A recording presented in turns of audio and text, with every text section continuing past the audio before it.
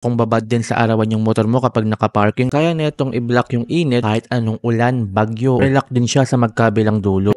Simula talaga nung nagkaroon ng maayos na parking tong motor ko, ay hindi ko na nagagamit tong Motowolf motorcycle cover ko. Pero mali pala yun kasi ganito yung nangyari matapos kong pabayaan na walang cover yung motor ko. Dahil nga exposed lang siya at dahil din may naggagawa ng bahay sa likod na bahay namin. Ganito nga yung nangyari, napuno siya ng mga alikabok saka mga semento na nadadala ng mga malalakas na hangin. Kaya ayun, napapunas tuloy ako ng motor ko kasi ang pangat na nga tignan. Tapos naisip ko na kailangan ko pala talagang gamitin tong Motowolf motorcycle cover kahit medyo maayos na yung kalagayan ng motor ko dito sa parkingan niya kasi hindi nga may iwasan yung mga ganong buhangin saka mga semento saka yung mga alikabok na pwedeng maging sanhi para maging kupas agad yung kulay ng motor mo. Ang nagustuhan ko nga sa cover na to ay napakadali lang niyang ikabit kasi may iba't ibang sukat siya para sa iba't ibang motor para sure na sakto lang yung pagkakalagay. May garter din siya sa magkabilang dulo. Laking tulong nito para maiwasang mapwersa yung mga pairings mo pag nilalagay mo yung cover. May lock din siya sa magkabilang dulo pero halos hindi na rin naman ito magamit lalo na kung sukat na sukat talaga yung napili mong size para sa motor mo. Kasi itong Motowolf motorcycle cover talagang sakop pati kailalim na liliman ng gulong mo para makasiguradong walang makapasok kahit konting alikabok. Kung kailangan ko to, mas talong kailangan to ng mga taong yung parkingan ay babad na babad sa araw. Dahil nga high quality na yung material na ginamit dito, kaya na itong protektahan yung motor mo mula sa UV rays at kaya na itong i-block yung init para hindi na tumagos doon sa motor mo. Alam mo ba na kapag sobrang babad sa araw yung motor mo, yun yung isa sa mga pinakadahilan kung bakit kumukupas agad yung pairings ng mga motor natin. Kaya kung babad din sa arawan yung motor mo kapag nakaparking, recommend ko na kumuha ka rin nito. Isa pa sa nagustuhan ko dito sa cover na to ay yung pagiging waterproof niya. As in, waterproof talaga siya kahit anong ulan, bagyo, or malalakas na tulo pa yan. Literal na hindi yan tatagos dito. At wag kang mag-alala kahit na mababad sa init tong cover na to tapos biglang maulanan or mabasa, hindi ito kukunat at magbibitak-bitak katulad ng mga mumurahing cover. Saka hindi rin dumidikit sa pairings yung cover na to kahit gaano pa katagal nababad sa initan. At going back nga sa ating water test, after ko ang sprayan to ng pressurized water, makikita nyo na yung loob ay parang wala lang nangyari dahil nga maayos sa mga tahi nito at talagang high quality at fully waterproof yung mga material na ginamit. Talagang makakasigurado kang walang tatagos na tubig kahit gaano pa kalakas yung bagyo na dumaan. Napakagandang investment nga nito lalo na kung maalaga ka sa motor. Pwede to mula small bikes to big bikes. Nasa yellow basket ko yung link. Kung hindi mo alam yung size ng para sa'yo, comment ka lang or PM mo ako, sasagutin kita agad.